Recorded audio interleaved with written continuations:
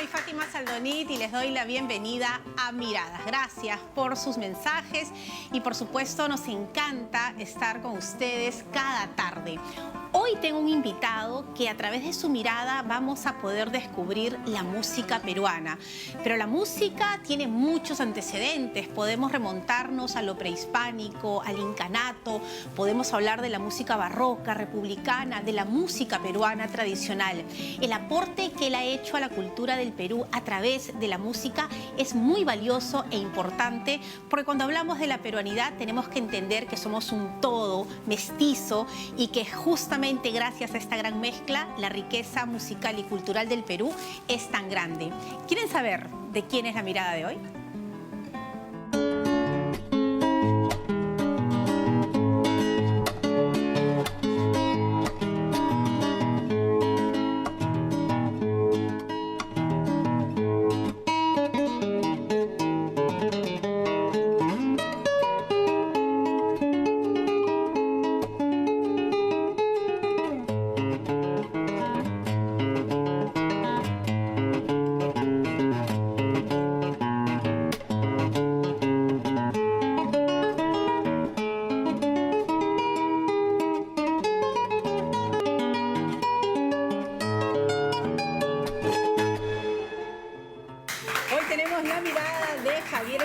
Javier, qué honor tenerte aquí en Miradas. Un placer poder conversar contigo. No, Fátima, encantado. Yo encantado de estar aquí en este programa de TV Perú con Fátima. Bueno, Javier, qué importante todo ese trabajo que vienes realizando, porque creo que nos estás rompiendo el tema del paradigma respecto a lo que pensamos que es la música peruana, ¿no?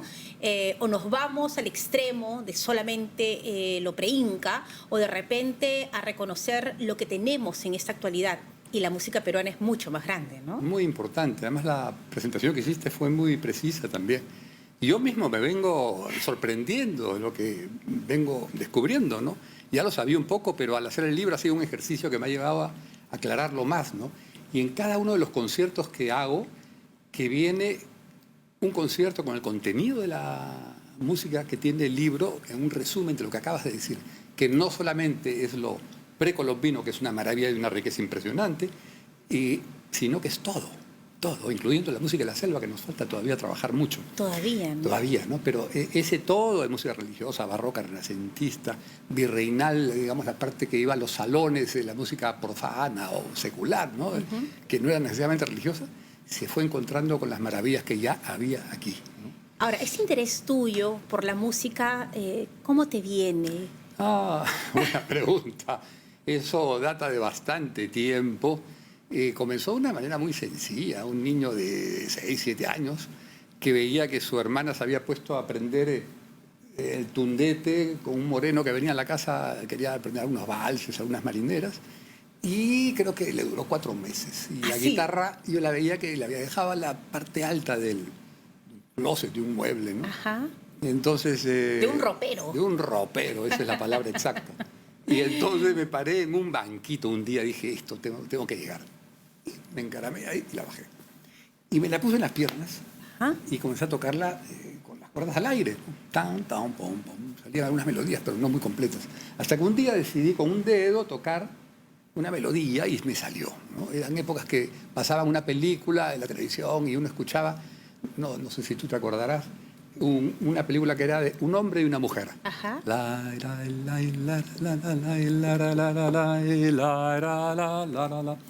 Y me salió poquito a poquito, ¿no? Y yo estaba feliz con eso. Y así comenzó poco a poco, ¿no? Pero después, escúchame, ya te salió, pero alguien en casa dijo, oye, qué bueno, acá hay un talento escondido. Fue, ay, qué tierno. Poco a poco fue así. Y después, bueno, más adelante, a los 8 años, había los 2 puntos esenciales, creo, ¿no? Para arrancar a esto. Había una tía abuela que fue la primera mujer piloto del Perú, un personaje increíble, que fue la primera que comenzó a tomar fotos desde el aire en su pequeño avioncito en los años 19, por ahí ya, del siglo pasado. Y además se estrelló un par de veces y por suerte sobrevivió a todo. La cosa es que tenía la cualidad, esta tía atómica increíble, de ver en las personas lo que necesitaban. Y un día se me acercó y me dijo, tú tienes cara de músico. Y me regaló una guitarra. ¿En serio? Tenía 8 años ahí, todavía me acuerdo del nombre de la guitarra, se llamaba, era un ayacuchano, Roberto Aima. qué maravilla.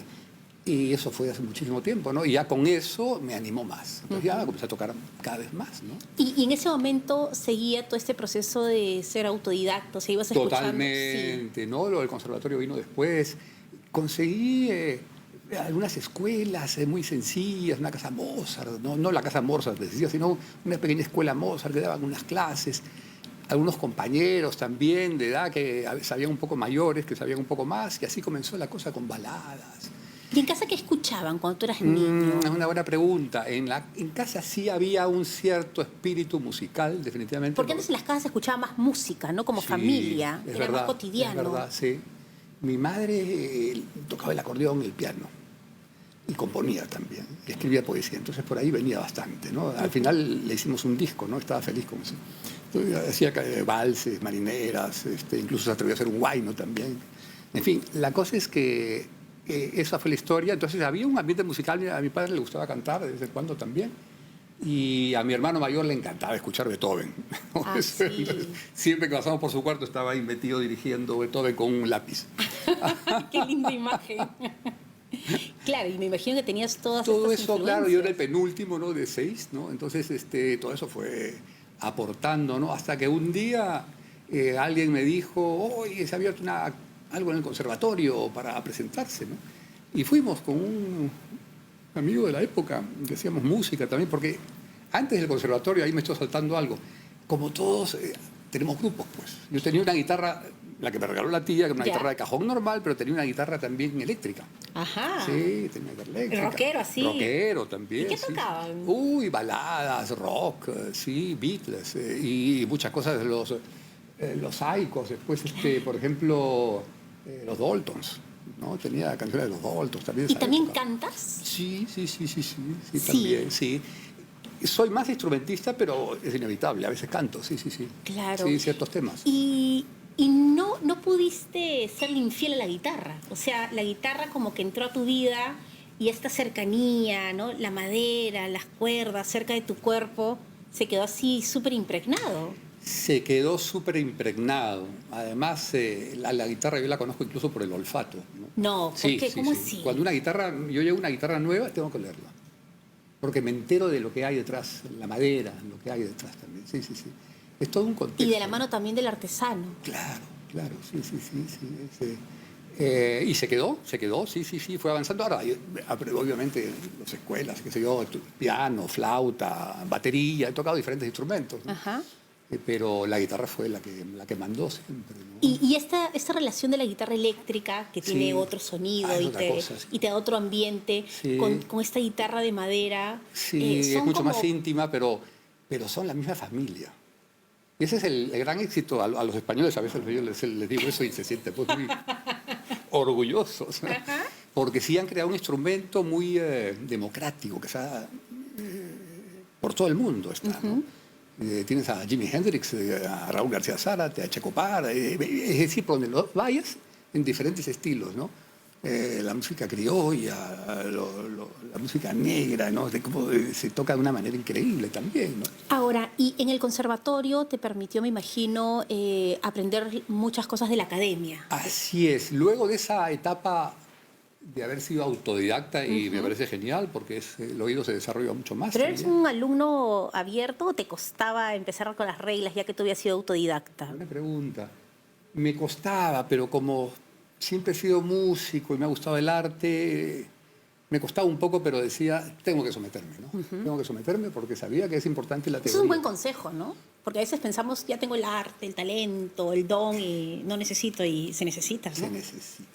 ¿Qué te dio? ¿Qué te dio a ti en esa etapa, en esta juventud, justamente el conservatorio? Ya, buena pregunta.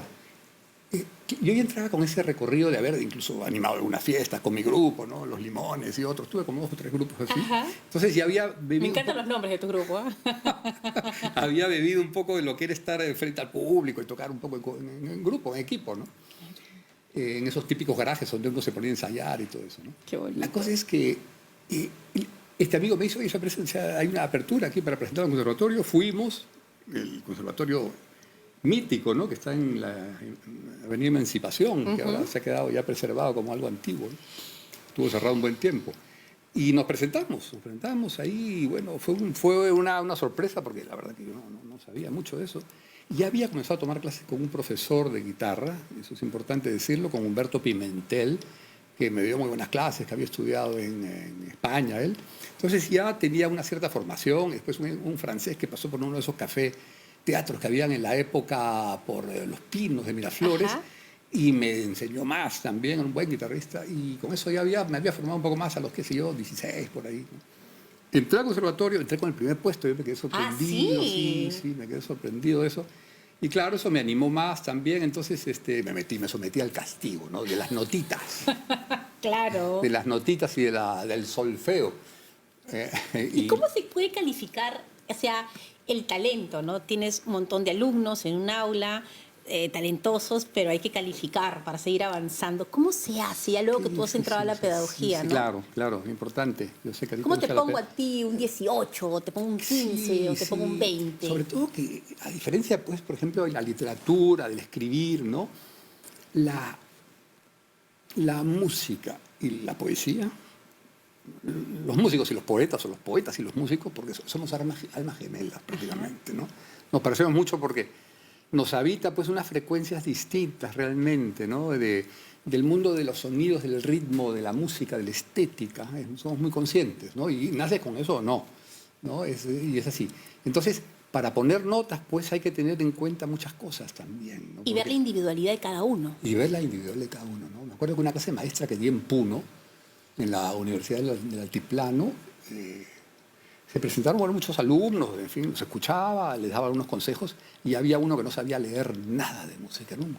Con una técnica, entre comillas, mala, con un sonido no muy bueno, si se quiere, comparado con nosotros. Ajá. Pero musicalmente era una joya, ¿Por qué? porque todas las notas estaban en el sitio que debían estar. Sí, el ritmo, la intensidad de cada nota, era una entrega total. Y yo les dije a todos, miren, cópienlo. Y todos te miraron así como, diciendo, ¿qué cosa? No parecía que era eso, sí, cópienlo. Copien la interpretación que tiene. Es que no solemos escuchar a profundidad, ¿no? Oh. Es el ruido, ya, lo que me suena rapidito, fácil, pero a veces cuando te detienes, imagino que tú serás un gran amante también del silencio para entender. Qué buenos comentarios haces, Fátima. Y voy a saltarme algo, pero después regresamos porque esto hay que desarrollarlo más, lo que voy a hablar, ¿no? Pero me dio un gusto enorme, como estuve hace poco en el Vaticano y tuve la alegría enorme, el honor de estar con el Papa, y dedicarle una pieza. Y en sus encíclicas habla mucho de la importancia de escuchar. Y en el libro habla claramente de la importancia de escuchar, que permite encontrar, comprender y compartir, ¿no? Es una cosa fundamental, ¿no? Porque, como tú dices, escuchamos cada vez menos, porque estamos bombardeados de una cantidad de todo tipo, ¿no? De música y de sonidos en general, ¿no? Las redes, ¿no? Y es la realidad, punto. No es ni malo ni bueno, es lo que es. Pero sí creo que vale la pena el silencio y aprender a escuchar, ¿no? Me acuerdo de un concierto que di en la ciudad prohibida de Pekín, un auditorio maravilloso, con un cuarteto de cuerdas chino que se había aprendido estas dos suites que yo tengo, una barroca y otra popular. Ajá. Cada una dura 12 minutos para cuarteto de cuerda y guitarra. Y se la habían aprendido de memoria en 2 meses o 3. Ya se las sabían completas, ¿no? Y la tocamos. Pero me di cuenta la importancia que tiene el silencio en las personas. Y ellos lo tenían muy claro, como orientales. Claro. Y incluso hay un tema que yo compuse que se llama Imapak Miurpi, ¿por qué paloma? Y es muy andino. Y lo tocaban de maravilla, porque comprendían de sus ancestros debe venir, ya es algo que probablemente venga de manera natural, ¿no? Casi de ADN. Y entendía muy bien algunos silencios que incluso en el Perú no he logrado verlos en otros músicos. Claro, porque es el pánico al vacío. Entonces, no, de repente se equivocó. O de repente no quiso decir esto, entonces yo aporto y pierdes la belleza justamente que has querido dar al componer. Así es. El occidente tiende a llenar todos los espacios. Sí. ¿No? Yo tengo escrito, no, eso es un libro, saqué eso, porque era para un libro y el que me puso el prólogo, el gran Rodrigo Montoya, me dijo, Javier, esto va a tener no 640 páginas, sino 800. Y dijo, esto déjalo para otro libro, es un libro lúdico.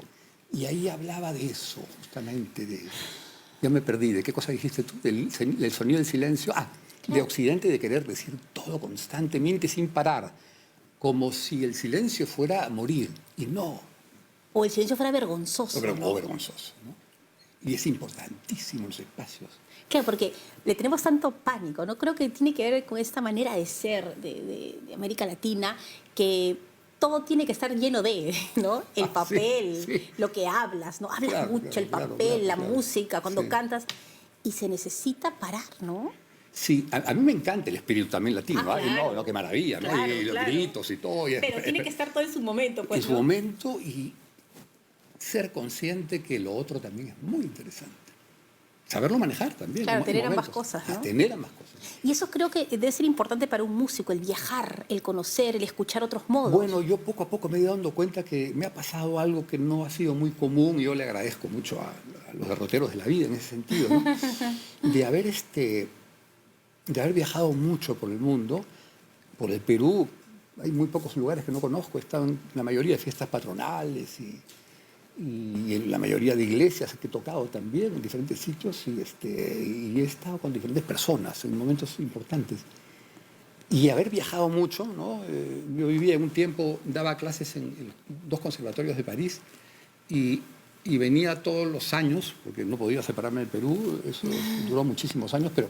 Te salió lo romántico, te salió lo romántico. Me venía y me quedaba 3 o 4 meses aquí. Ajá. Y me daban permiso, por suerte, porque si no, claro, perdía los puestos, ¿no? Pero eso me permitió estar en un montón de países distintos, y si bien tener la academia era importante, lo más importante creo que al final aterriza todo, y eso hay que decírselo a los académicos y a los teóricos también, es lo vivencial.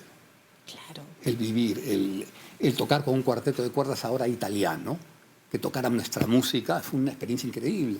El haber tocado con cuartetos del Cusco, de Trujillo, con otros músicos, cantantes de diferentes sitios, ¿no? De Francia, en fin, de muchísimos lugares del mundo, ¿no? Ahora, con toda esta experiencia que tú tienes, con todas estas posibilidades que dices que la vida te ha dado, ¿ha habido algo, algún sonido que te haya sorprendido en el Perú? Que hayas dicho, wow, oye, esto también es mío. Y no lo tenía. Sí. Muchos. Tiene que ver con las zonas, con la idiosincrasia, con lo menos explorado. ¿Con qué tiene que ver? Muchos. Mi madre y mi padre vivieron un buen tiempo en Huancayo. Yo casi nazco en Huancayo. Entonces estuve expuesto un poco a las sonoridades del Ande también, ¿no? El sonido de los saxos. Así, por ejemplo, ¿no? Como han domesticado los saxos, ¿no? Cómo han domesticado. Cómo han domesticado los saxos y los instrumentos que llegaron. La guitarra, cómo se ha domesticado aquí también. Cuando escuchas una melodía tocada por Manuel Chabrado o con Raúl García Sarte y muchos otros, incluso la música afro, ¿no? El toquío que le han dado, lo han domesticado, ¿no? Claro, porque, a ver, haciendo un poco de clase de historia, nosotros en estas tierras, que todavía no era el Perú, claro, había en todas estas culturas precolombinas, con Ruth Chadi hemos descubierto todos los instrumentos, había una manera de sonar, ¿no? ¿Cómo era el instrumento en estas culturas antes del incanato? Gracias por la pregunta. Se sabe todavía muy poco en el Perú. Tenemos casi un desconocimiento sideral de nuestra música precolombina más todavía. Entonces este libro ha sido un intento de eso, ¿no? De todo lo que yo había vivido también, meterme con Guamán Poma de Ayala, ¿no? García de la Vega y los otros, ¿no? Pero sobre todo ellos dos, y sobre todo Guamán Poma. Y lo que pasa es que hay que tener en cuenta algo importante, Fátima, que se sabe poco, además está recién, ¿no? Como se está comprendiendo también que de la selva vienen muchísimas cosas. Y a eso con Ruth Chadi lo hemos hablado y con otros antropólogos también, muchísimo más de lo que nos imaginábamos. Pero lo que ha pasado, que es el imperio más grande de América, o sea, el Tahuantinsuyo, pues está claro que hace 5 o 6 mil años ya tenía unos instrumentos de viento que superaban a los de Grecia, Mesopotamia, China, claro, y Egipto. Eran mejor acabados, externa para que sea bonito estéticamente e internamente para que suene con la afinación que querías. Y ahí estaban. Lo de Paracas es increíble, lo de Nazca es impresionante. Claro, Eso y además que ellos tenían muy claro el tema del instrumento, para qué era usado, ¿no? era una de las sociedades y parece, tuve suerte de encontrarme con algunos músicos medio sabios, pensadores, franceses, uno y el otro un húngaro, que me decían, pero tú no te has dado cuenta en qué país has nacido. Y yo hace bastantes años ya después me di cuenta.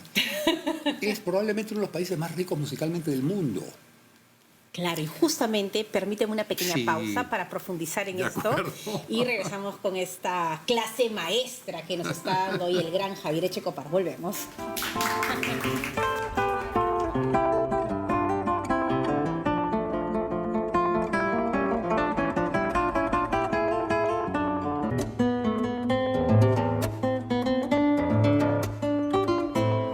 Estamos aquí aprendiendo con la mirada de Javier Echecopar. Javier, estábamos hablando un poco de esta música que se hacía en lo precolombino, luego viene el incanato y los instrumentos tenían un poder especial, ¿no? Eran de rituales, de momentos cumbres para anunciar, también eran medios de comunicación. Total, ceremoniales, momentos, como dices, rituales, festivos. Estaba en muchos momentos de la vida diaria. Ajá. La música y la danza cumplió un papel fundamental en el Perú, como pocas civilizaciones en el mundo, ¿no? Al haber viajado, estaba en el mundo árabe también, te das cuenta que el Perú es una máquina de producir formas musicales impresionante, ¿no? Y entonces todo ese vasto mundo que ya existía, ¿no? Y acoto dos cosas más, ¿no? Hablando de los sicus, las zampoñas, las antaras, por ejemplo, tú puedes encontrarlas en la zona Moche, el norte, en Caral también, de alguna manera, ya había, hace 5.000 años, y por supuesto en el sur y en el altiplano, los sicus, ¿no? Y eso es algo que no debemos olvidar. También hay un espíritu comunitario que siempre ha estado presente en el Perú, pero muy antiguo, porque es el único sitio en el mundo que yo conozco que ha hecho instrumentos, no para tocar a dúo, ¿no? Como una flauta, una guitarra, no, que te condiciona para que si tú quieres tocar una melodía, Ajá. tienes que tener a otra persona con la otra parte de la melodía en el otro instrumento. Eso es único. Si no, no funciona. Si no, no funciona. Oye, qué interesante Es interesantísimo. Y puede ser un grupo, ¿ah? Un grupo que toca una parte. Pero la contraparte. El A y el B. Por ejemplo, uno, ¿no? La, ra, y la, y te quedas ahí. Y tiene que venir. Y tiene que venir otro para que te conteste y la. Claro, lo complementario. Lo complementario, el Siempre. espíritu colectivo, ¿no? Ahí está, ahí estaba. Y eso tiene miles de años, ¿no? Ahora, y entonces luego la gente a veces dice, sí, la conquista, pero estamos, en la historia no hay que jugarla con ojos de modernidad. ¿no? Por supuesto, hay que ver los dos mundos. Sí, si no venía de España, venía cualquier otro país, pero tenía. Sí. Pero España, cuando llega a estas tierras, que todavía no era el Perú, y ahorita vamos a explicar por Así qué, es. tenían pues 800 años con los moros encima. Entonces, los españoles, oye, pero España estaba sometida, ¿no? Y tenían también una transformación musical. ¿Qué llega de España? Ya, bueno, excelentes tus preguntas, porque me permite tratar de aclarar la cosa, ¿no? Entonces, cuando Europa, España, llega a Occidente, llega al Perú, se encuentra no en un país baldío, pues, ¿no? Ni hablar, ¿no? No solo era el imperio más grande de América, sino que tenía un desarrollo musical. ¿Por qué será? Eso es algo misterioso. Yo tengo mi teoría. Suéltala. Ya, ¿Por qué? de acuerdo, Ya. porque México tiene cosas extraordinarias. Yo a México lo estimo mucho, además. Guatemala también, pero el Perú ha producido algo tan especial, con una sensibilidad tan especial, metáforas, poesía, ternura andina, que es muy difícil de hablar de ello, porque hay que sentirla más bien, en la manera de hablar a veces o de tocar los instrumentos, que han producido algo diferente, completamente diferente. Y eso es lo que se encuentra con lo que llega de España. ¿Y qué venía de España? Lo que tú has dicho es correcto, 800 años, ¿no? 900, por ahí, Claro. Ya entraron por ahí en el 900 y se fueron para adelante y hasta 1400 y pico no hubo una separación, desde 700 en realidad. Y 800 años, pero las combinaciones de la historia, las carambolas de la historia, un matrimonio estratégico bien dado, un encuentro de otro tipo, los Habsburgo con los reyes de España, casamiento bueno. Mestizaje por todos mestizaje lados. por todos lados, tienen poderío ya acompañado de Austria y luego de Flandes, de Bélgica, Holanda, de alguna manera. Entonces, España comienza a agarrar un vuelo distinto en esa época, en 1400, y el español nace porque Nebrija ya instituye un poco la lengua española. Y en 1500 era una España muy fuerte la que llega aquí. Muy fuerte porque social y militarmente era muy potente. Claro. Pero no pueden librarse de los 800 años. Entonces, da pena, y eso es lo que no tenemos que repetir nosotros tampoco, y lo hemos venido repitiendo por 200 años, por eso el Bicentenario yo lo he repetido, no podemos jugar al avestruz y voltear la cabeza. Bueno, parece que el avestruz no esconde la cabeza, que era falso, pero no podemos voltear la cabeza, tenemos que asumir todo, con el mismo nivel de riqueza. Esa es nuestra gran riqueza. Cosa que, por ejemplo, España, perdóneme España, pero cometieron el error de no asumir el lado árabe hasta hace 30 años o 40. Claro, recién. Recién, ahora sí, es verdad, sí. Tenemos aquí Sí. cosas muy moras Sí. y lo ves acá cuando llega. Entonces, musicalmente, cuando llega a España, ¿qué pasa con los instrumentos? De acuerdo, ¿Qué cosa de viene? acuerdo, ¿Cómo se fusiona? De acuerdo. Y acoto una cosita más para contestarte eso. Esa España, a la vez, sin quererlo, estaba metida, sobre todo en Andalucía, una influencia refinadísima de la mejor Arabia, la mejor mundo árabe, ¿no? Que fue la primera que fundó una escuela de música en el mundo, en Europa, en Granada, en 1100, 1150. Y de ahí vienen los españoles que llegan a esas tierras, ¿no? De esa zona. Así es, o sea que había una familiaridad muy grande. Entonces España, con todo este encuentro ya que te digo, ¿no? Y relaciones con Italia también, que mandaban a sus músicos a formarse en Italia, que era un poco la meca, ¿no?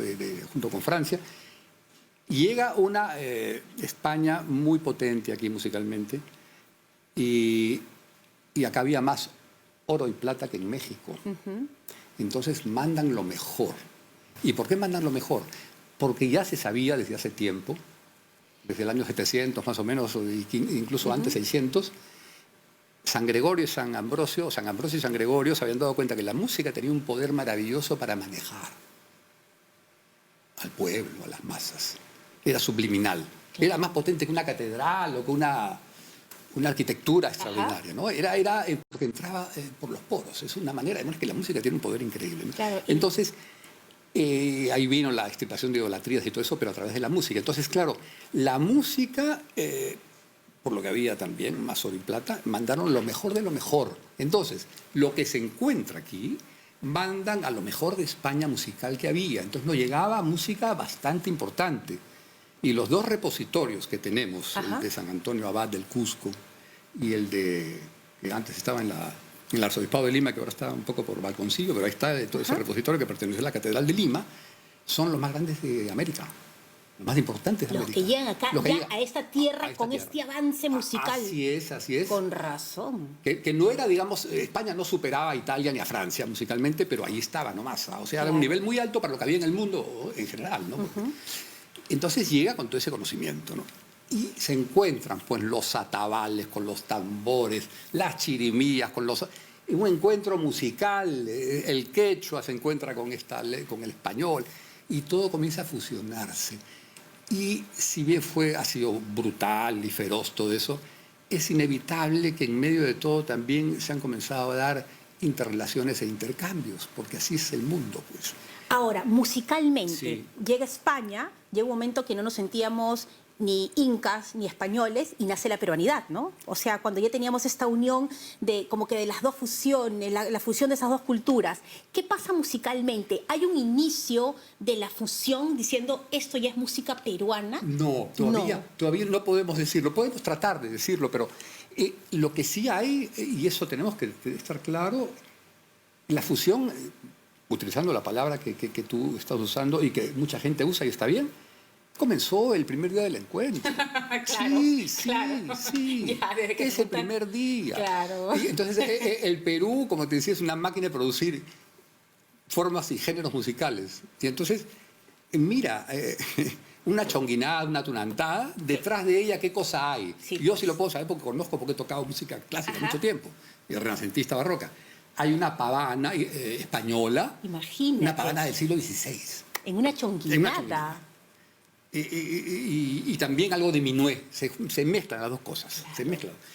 El vals viene del minué. Claro, entonces estamos ya en la época, viene la conquista y entramos a esta etapa de la colonia, Así ¿no? es, Donde éramos así un es. territorio muy importante. ¿Qué pasaba con la música? ¿Qué se escuchaba? ¿Qué disfrutaba la gente en esta época colonial? De manera, digamos, un poco sistemática o sencilla. La miquita, ¿qué escuchaba la miquita?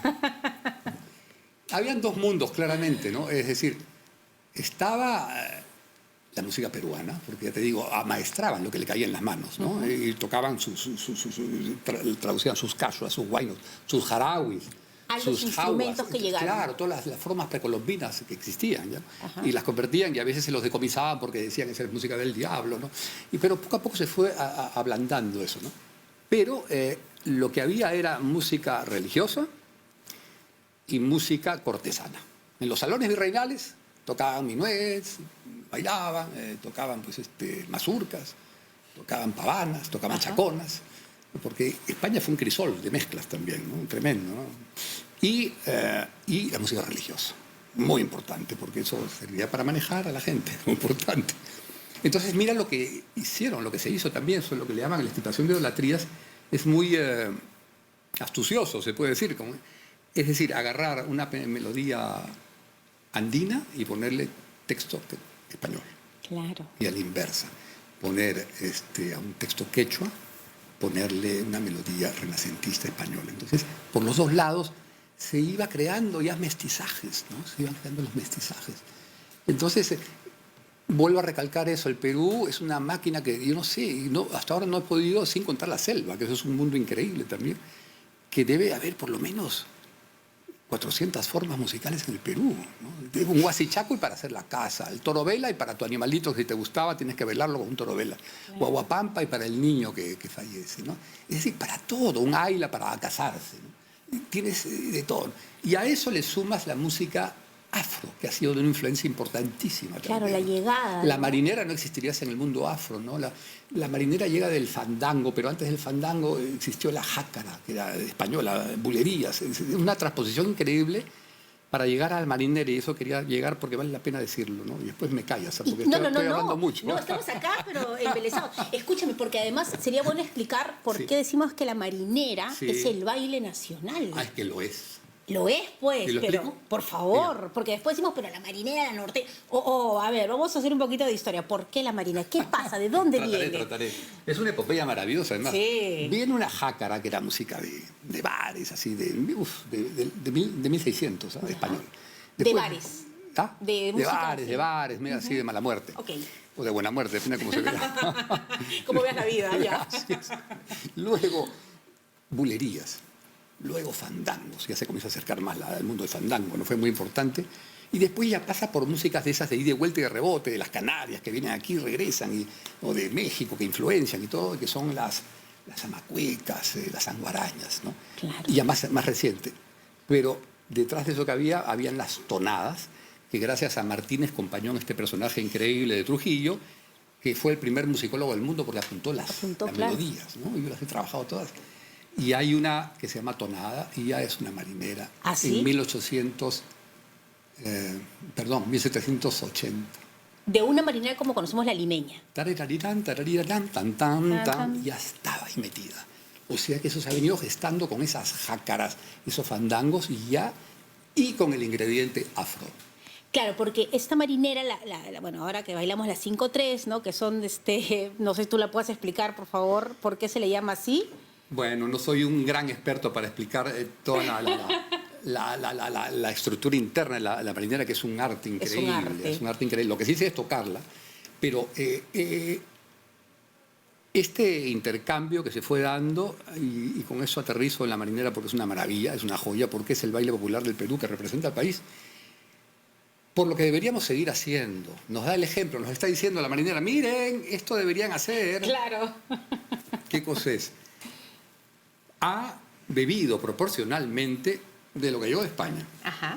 de lo afro y de lo andino. Así es. Por eso en Puno hay la ciudad del lago, marinera, perfecto. En Ayacucho, marinera, y en Ayacucho, son de una la elegancia. arequipeña, ¿no? hasta Chumaichada en la selva, Así es. ¿no? Con el pañuelo. Incluso en la selva. En la selva, pues hay marinera en todo el Perú. Sí, en todo el Perú. Ha sido asumida como algo natural, nos representa. Claro, y esta marinera al inicio era como que muy salón, muy acá de Lima, Muy de salón, y viene el la de aporte, Lima, y ¿no? comienza, claro, Y el aporte negro más el aporte negro, el chimboso. tondero, ¿no? Que tiene ahí con baile de tierra, ¿no? Sin zapatos, en el piso, ¿no? Eso es todo un mundo extraordinario. Y la norteña también, que es otra variante, Ajá. y la limeña, y después te vas a Huamán y tiene su estilo también. Tan elegante, ¿no? De la mujer Sí, ayacuchana, sí, sí, despacito, ¿no? sí. Con su fuga de guayno. Y con su fuga de guayno. Con su fuga de guayno. Ahora, cuando tú entras a la marinera, que es nuestro baile nacional, ¿qué fuiste descubriendo relacionándote a la peruanidad, ¿no? Porque es un muy buen ejemplo de lo que podría, de lo que ser, somos, el de lo que mestizaje, somos, así es, sin renegar de nada. Así es. Porque tiene de ambos mundos, ¿no? Por hacerlo de manera sintética, ¿no? O resumida. Lo que nos llegó de afuera y lo que había aquí. Y mira lo que estamos produciendo, ¿no? Ahora, ¿y por qué la importancia de mantener este patrimonio de nuestra música barroca? Es fundamental, ¿no? Por ejemplo, que me perdonen, porque yo soy parte del Conservatorio de Música también, y también la Escuela de Folclore, que aprecio tanto, pero yo se los he dicho a ellos, o sea, que lo puedo decir también en vivo, vale la pena decirlo. Tenemos que hacer el esfuerzo a la hora de los planes de estudio, de organizar esto lo mejor posible. ¿Para qué? El Conservatorio de Música, ahora Escuela de Música, Universidad de la Música, haga el esfuerzo, yo sé que lo está haciendo, hace tiempo que yo vengo también machacando ahí un poco, pero deben continuar haciéndolo para asumir cada vez más música tradicional y popular, que la escriban, que hayan transcriptores, que avancen, para que sirvan de base, para que se pueda enseñar también con notación musical. Y que se enseñen un 20 a 30% de valses, marineras, festejos, huaynos y música tradicional en general. Y que lo tengan todos los alumnos en los diferentes instrumentos, incluso el piano. Y lo demás, pues clásico. Sin dejar de lado pues, a la música académica nuestra, de grandes compositores que han compuesto también. Eso tenemos, hay una asignatura pendiente, nos está trabajando mucho. Y a la Escuela de Folclore le digo lo mismo. Además, yo he ayudado para que cambie un poco las clases también, un poquito, que ellos no tienen ningún problema porque no hay complejos. Ajá. Ellos tocan música de la costa, de la sierra y hasta de la selva. Y eso lo practican, y eso es lo que bailan. Claro. Ahí no hay ningún problema. Pero yo les he hecho comprender que para entender mejor esta música que estamos trabajando, sea una marinera, hasta un anén maravilloso de la selva de Aguajún, por ejemplo, ahí sí creo que tiene muy poca influencia de afuera, pero bueno. Un Aguajún... Es muy difícil, muy difícil. Se siente que hay una pureza de otra cosa, de otro mundo. Claro, todos, ¿no? Los indios machiguencas por allá al fondo, ¿no? Sí, una maravilla. Pero lo que tú dices es cierto, o sea, para bailar una música nuestra... Tienes que saber de dónde vino. Claro, el origen. Sin perderte mucho en eso, pero tener unos conocimientos, ¿sabes? Es muy importante. Claro. Porque te sientes mejor, además. Yo les decía, no se sientan mal, no se van a volver españoles ni franceses por tocar un minué. Al contrario, te dice, te informa mejor. Claro, permíteme una nueva pausa, sí, por claro favor. Sí. Hacemos así pequeñísimo y regresamos con Javier Echecopar. Ya saben, clase maestra hoy día. Volvemos.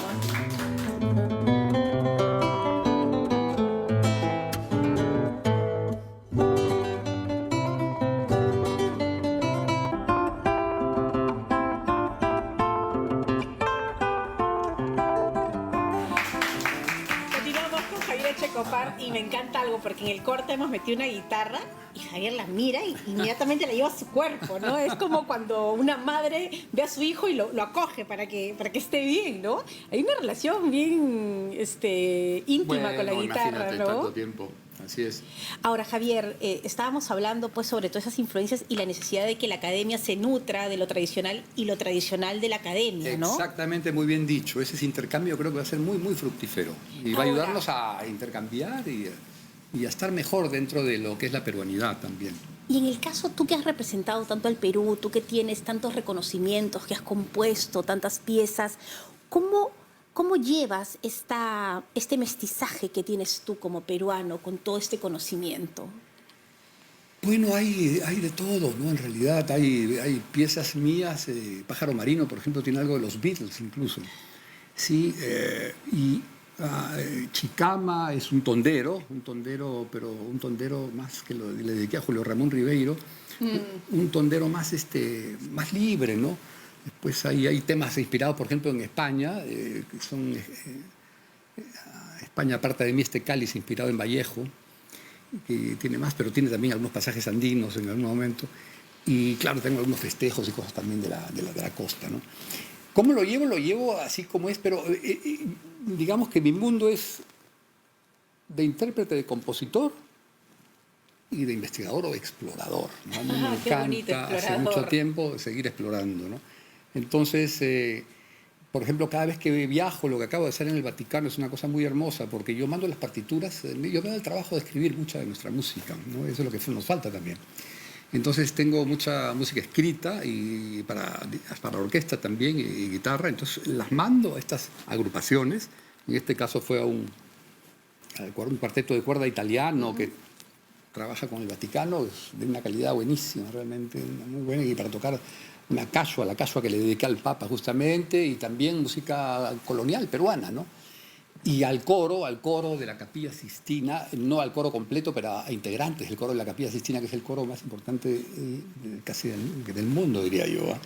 Y la verdad es que cuando me empecé a ensayar con ellos, además, dentro de estos integrantes está, y debo decirlo, un peruano tumbesino, que hace 25 años que es parte del coro de la Capilla Sistina. Hay un representante. Impresionante, Augusto Garay. Excelente músico, pero bueno, cuando comenzamos a ensayar las cosas religiosas peruanas, ¿no? Que yo he traído de aquí y que he trabajado, de los que se encontraron en el Cusco, porque el Cusco también, bueno, el Perú es una mina, no solo el mundo precolombino, sino lo que nos llegó de muy antiguo, manuscritos antiquísimos, de 1700, 1600, que no hay en otros sitios, prefiero no decir países, pero no hay. Es una cosa impresionante, ¿no? Que tenemos que valorar. Entonces, Hijos de Eva Tributario es una obra bellísima. Le hemos puesto 4 voces, estaba hecha para 4 voces. Luego el Hanak Pacha, que ya todo el mundo lo conocemos más, ¿no? La obra más antigua publicada en América y, en fin, otros temas más parecidos. Y cuando comencé a ensayar con ellos, casi se me caen las muelas realmente. ¿En serio? Voy a subir como regalo de Navidad 2 de esas obras Ok. para las redes, porque de verdad cada vez que las escucho... ¿Y por qué tenemos este prejuicio de que la música andina es triste? No, el yarabí, la tristeza. Pareciera que yo me había apuntado todo, mira, porque hay tanto para hablar, pero tú me estás haciendo recordar todo, mira, parecía que te hubiesen mandado todo. Ese es un tema muy importante. La presentación que se dio, el libro, porque es el concierto, después viene la presentación del libro. Y el cardenal Barreto, que fue un honor que lo presentara y se preparó muy bien y dijo cosas realmente lindas. Y bueno, y no quiero dejar de decir que este concierto, este evento en realidad lo organizó el embajador ante la Santa Sede, ¿no? Jorge Román Morey, extraordinariamente. Hay realmente pocos embajadores que se hayan comprometido y un espíritu de equipo que haya logrado tan bien esto. Además, en un lugar como el Vaticano, que no es fácil manejarlo. Solo recuerdo a Pérez de Cuéllar y a Gonzalo Gutiérrez, que organizaron 2 cosas de un altísimo nivel. La cosa es que él mencionó eso muy claramente. ¿Y qué cosa pasa, Fátima, ahí? Una confusión, salida de confusión de civilizaciones, de épocas que suceden. A ver, trato de hacerlo simple, porque si me pongo muy músico y a agarrar la academia, ya se van a dormir aquí el camarógrafo también. Grecia, hace 3000 años, tenía los modos griegos, que era su música. Modos griegos, 2000 años, qué sé yo. No, 3000 años y más. Y entonces los modos griegos eran 7 u 8, dependiendo. Bueno, y cada modo tenía una característica que influenciaba en el alma y en el espíritu.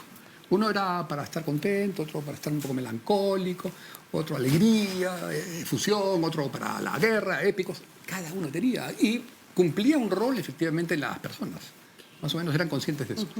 Esas músicas, esos modos, se quedaron al olvido. El mundo romano no se interesó mayormente por ellos, los utilizó de alguna manera, pero se quedaron ahí. Y, en fin, la iglesia se encargó también de hacer el canto gregoriano y eso se quedó guardado.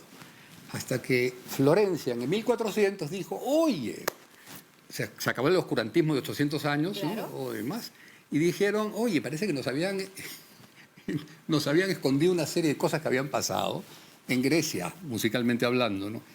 Y se fueron a buscarlas y encontraron. ¿Qué encontraron? Los modos griegos, las notaciones, ¿no? Y esa Florencia de 1400 estaba ya en efervescencia, una especie de renacimiento de humanismo que comenzaba a brotar en el mundo, ¿no? Del mercantilismo, en fin, no, aunque eso todavía no estaba lejos, pero algo pasaba ya. Dios regía todo y en este momento comenzaba poco a poco a tratar de regirlo el hombre, entonces había todo un cambio, ¿no? Así es. Y agarraron estos modos y los italianos los fueron convirtiendo en las escalas mayores y menores. Ajá. En eso aterrizaron, ¿no? La playa estaba desierta, el mar bañaba tus pies, cantando con mi guitarra para ti, Marisa. Tono mayor. Mayor, alegre. Alegre. Alegre. El tono Sí. mayor siempre hasta Ajá. en la marinera, ¿no? Por mayores o menores. Por mayores y menores. Pero si pones una menor, para que me amartelas, marteladora, me amartelas, la triste. vida. La tristeza. Menor. Menor, por menor. Entonces, eso estaba en los cronistas que llegaron aquí, 1500, 1600, y venían con toda esa carga de la tristeza de ciertos sonidos, los tonos menores. Los tonos menores. Los tonos mayores eran para cosas alegres. Y había, por coincidencias civilizatorias del destino, había una escala pentatónica en el Perú. No todo era pentatónica, porque habían de más sonidos, había de 6, 7, 8 y muchos más sonidos también. Eso se sabe cada vez más ahora. Esa escala pentatónica, que era sobre todo del sur del Perú, se parecía por coincidencias mucho con la escala menor, que es una tercera menor al inicio de la escala y una tercera menor, un intervalo de tercera menor al final. Entonces, cuando todos los cronistas escuchaban esto, reportaban al rey que era música desgarradora, tristísima, feísima y todo eso, porque se aprovechaban de esto. Era triste para ellos. Claro. Y para el mundo andino, para nada era triste, ¿no? No, y además lo vemos en una fiesta patronal celebrando, en una cosecha Exacto. de la papa, con un wailars y los saxos. Exacto. Permíteme una última pausa. ¿Cómo no? Vamos a esta pausa y regresamos con Javier Echecopar. Ya volvemos con su mirada.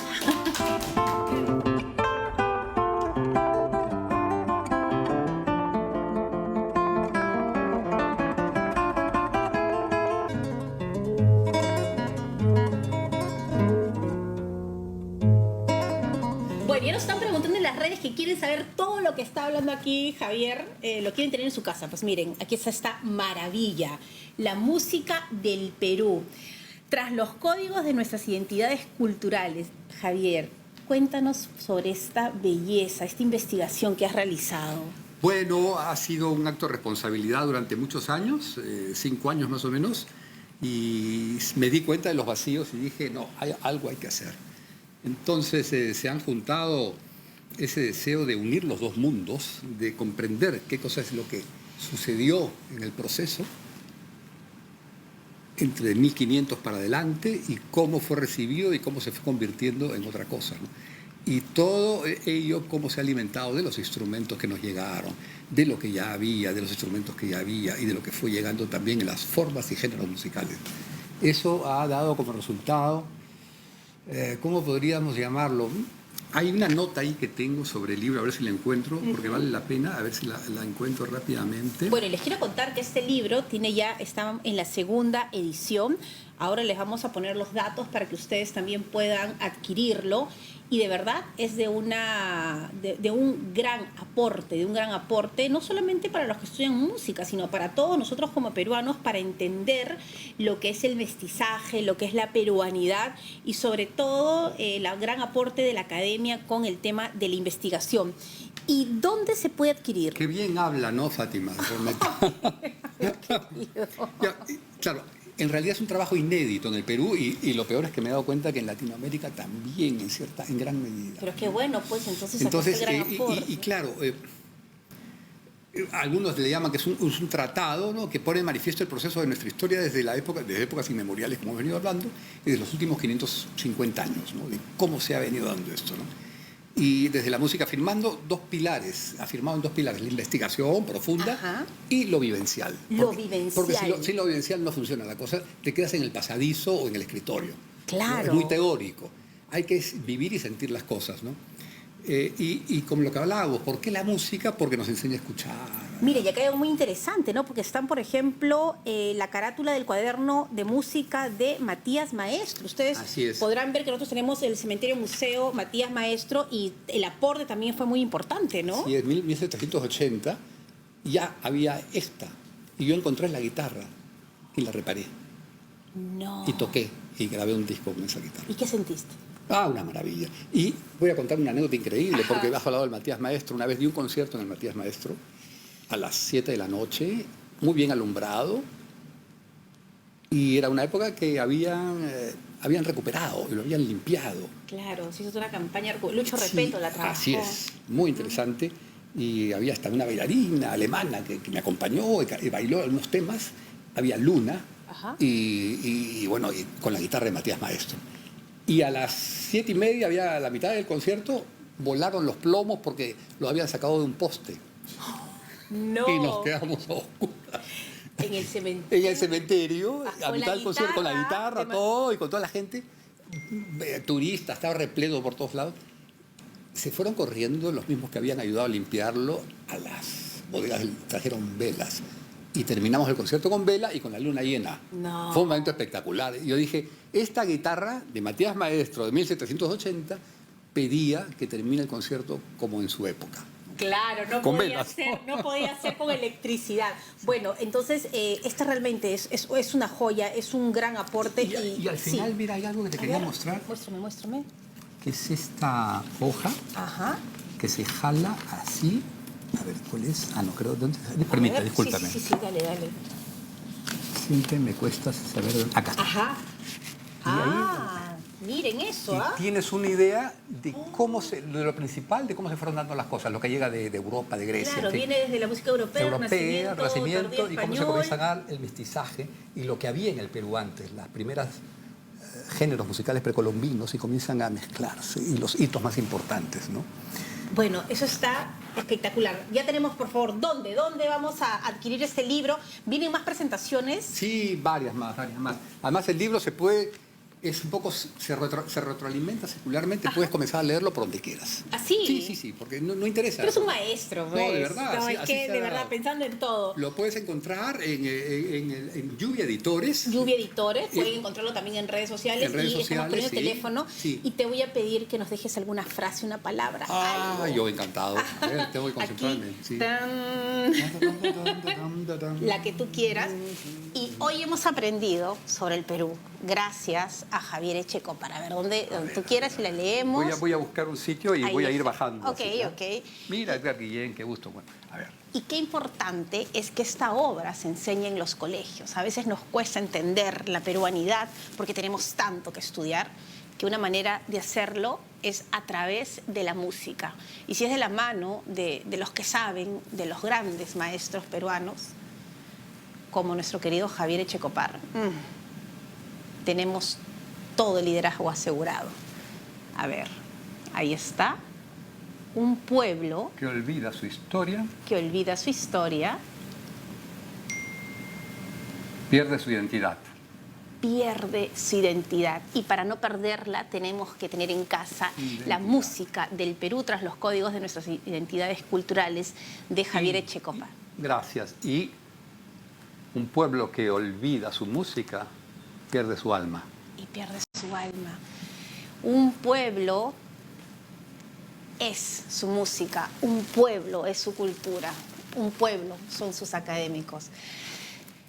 Un aplauso para Javier Echecopar. Gracias por haber estado aquí en Miradas. Ha sido una hora de gran aprendizaje. Gracias, queridísimo Javier. Nosotros, ahí sigue dejándonos su firma. Gracias, querido Javier. Ha sido un honor. Te admiramos y gracias por esta gran clase maestra que nos ha dado. Javier Echecopar, hoy en Miradas. Nos vamos, ya saben. Mañana nos reencontramos, como siempre, 2:00 p.m. Chao. Gracias, Javier. Ha sido una maravilla.